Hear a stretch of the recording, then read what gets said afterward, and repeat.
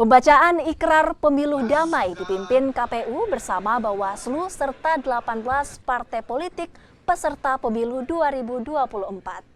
Deklarasi Pemilu Damai digelar untuk mendukung proses pemilu aman dan damai.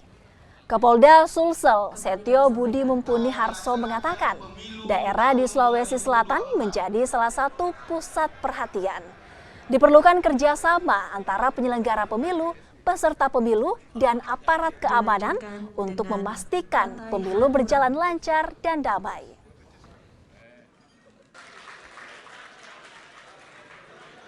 Untuk sama-sama memiliki semangat untuk menuju ke arah kedamaian dan mengawal pelaksanaan pemilu 2024 di wilayah Polda Sulawesi Selatan ini nanti berjalan dengan aman, tertib, dan damai.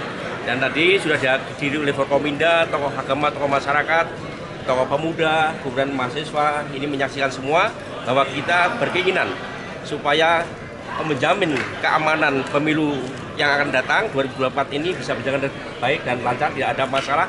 Semuanya dari KPU, Bawaslu ini juga sama-sama sepakat deklarasi, penandatanganan, kemudian mengucapkan secara bersama-sama yang disaksikan oleh semua hadirin. Ini semua memiliki semangat yang sama, yaitu menuju arah pemilu yang